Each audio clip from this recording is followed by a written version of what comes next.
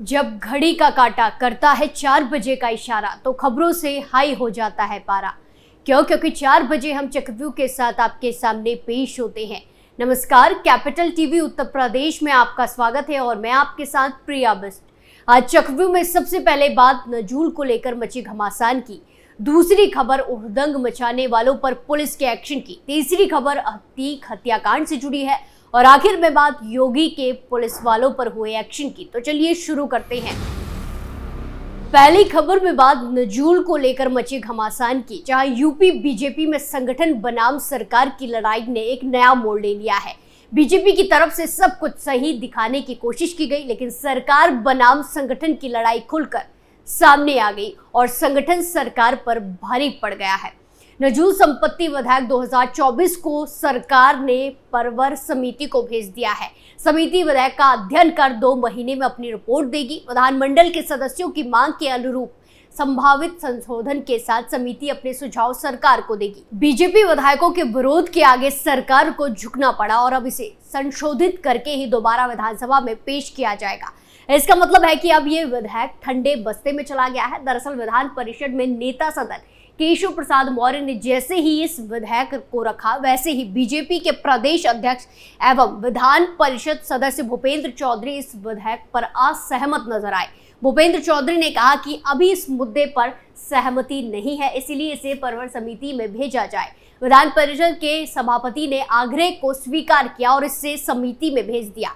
ऐसा बहुत कम देखने को मिलता है जहां सत्ता पक्ष की तरफ से संशोधन मांगा जाए। हमेशा संशोधन विपक्ष की तरफ से मांगा जाता है। समिति में बिल को भेजने से बीजेपी के कई विधायक खुश दिखे।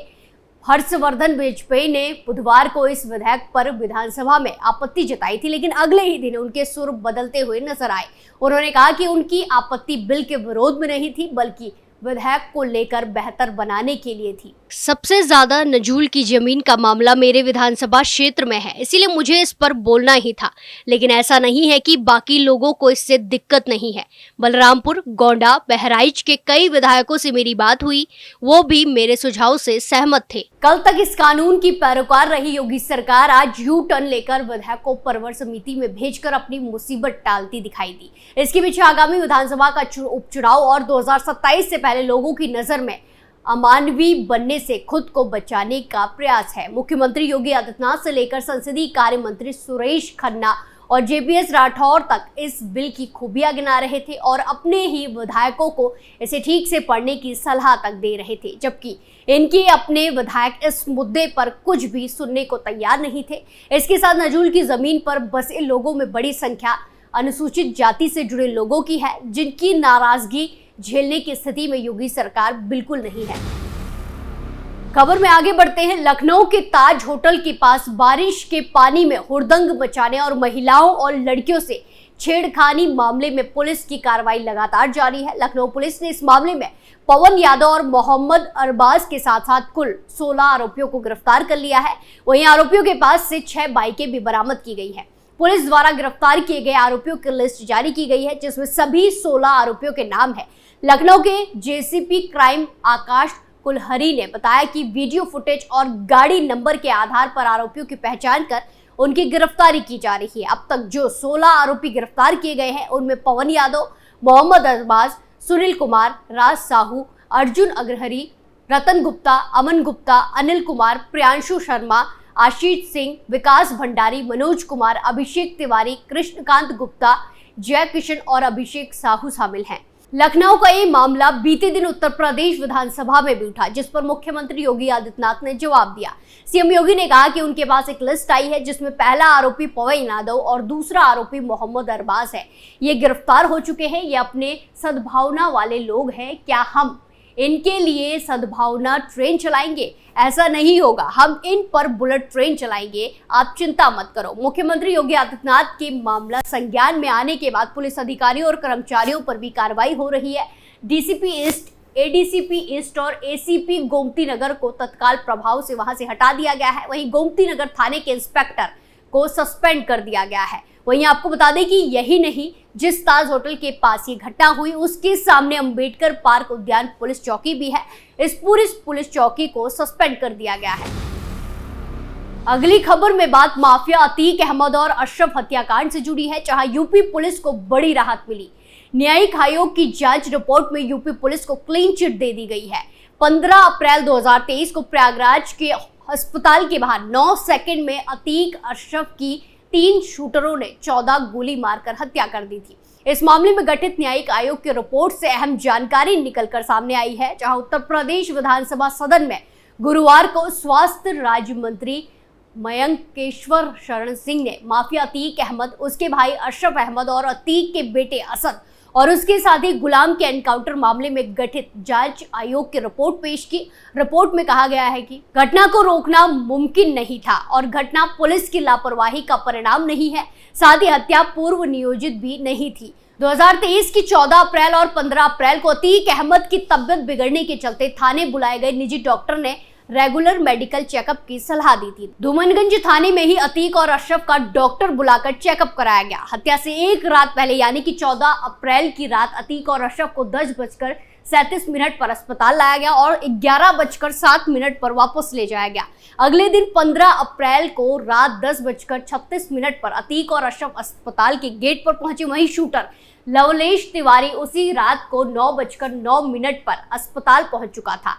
इसके 20 मिनट बाद 9:29 पर अरुण मौर्य और सनी एक साथ अस्पताल पहुंचे। जांच आयोग की रिपोर्ट के मुताबिक 9 सेकंड में अतीक अहमद और अशरफ की हत्या हुई थी। तीनों शूटर ने उन पर 14 गोलियां चलाई थी और अतीक और अशरफ के अस्पताल पहुंचने से 1 घंटा 27 मिनट पहले ही एक शूटर लवलेश तिवारी वहां पहुंच चुका था। वहीं आपको बता दें कि अतीक अहमद और अशरफ की हत्या की जांच के लिए जो न्यायिक टीम गठन की गई है, उसमें झारखंड उच्च न्यायालय के पूर्व प्रमुख न्यायमूर्ति वीरेंद्र सिंह, इलाहाबाद उच्च न्यायालय के पूर्व न्यायमूर्ति अरविंद कुमार त्रिपाठी, पूर्व पुलिस महानिदेशक सुभेश कुमार सिंह, इसके अलावा सेवानिवृत्त जिला जज ब्रजेश कुमार सोनी शामिल है।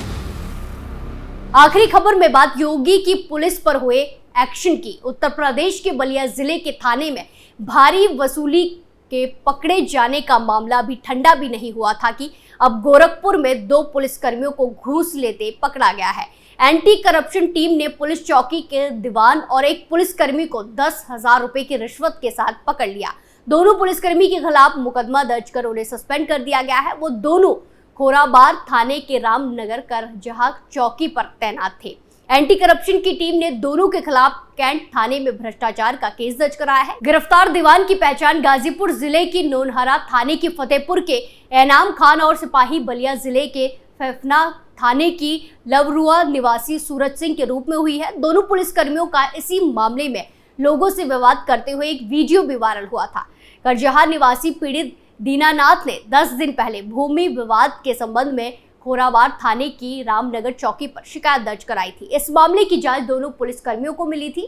पीड़ित का आरोप है कि पुलिसकर्मी इस मामले में समझौता कराने के लिए 10,000 रुपए घूस मांग रहे थे, लेकिन पीड़ित उन्हें रुपए देने में सक्षम नहीं था। परेशान होकर उसने इस मामले की शिकायत एंटी करप्शन थाना प्रभारी से की। शिकायत के बाद एंटी करप्शन की टीम ने योजना तैयार कर इस मामले की जांच की तो शिकायत सही पाई गई। दोनों पुलिसकर्मियों ने फोन कर पीड़ित को एक चाय की दुकान पर बुलाया, जिसके 15 मिनट के बाद दोनों पुलिसकर्मी भी वहां पहुंच गए। पुलिसकर्मियों ने पीड़ित से रुपए मांगे। पीड़ित ने जैसे ही पुलिसकर्मियों को रुपए दिए, वहां पहले से मौजूद एंटी करप्शन टीम ने उन्हें रुपए लेते रंगे हाथ दबोच लिया। उनके खिलाफ कैंट थाने में मुकदमा दर्ज कर लिया है। विभाग द्वारा दोनों पुलिसकर्मियों को सस्पेंड कर दिया गया है। उत्तर प्रदेश के मुख्यमंत्री योगी आदित्यनाथ हाल ही में भ्रष्टाचार के खिलाफ जीरो टॉलरेंस की नीति की घोषणा कर चुके हैं, जिसके तहत भ्रष्ट अधिकारी और कर्मचारियों के खिलाफ कठोर कार्रवाई करने के आदेश भी दिए गए हैं।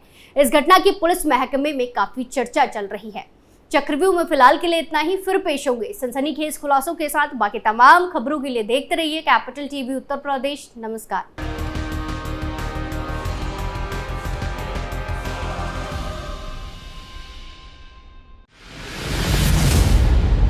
मैं राजनीति करता नहीं, पर राजनीति को बहुत गहरे तक समझता हूं। मैं लोगों के बीच रहता हूं, लोगों के मन को अच्छे से जानता हूं।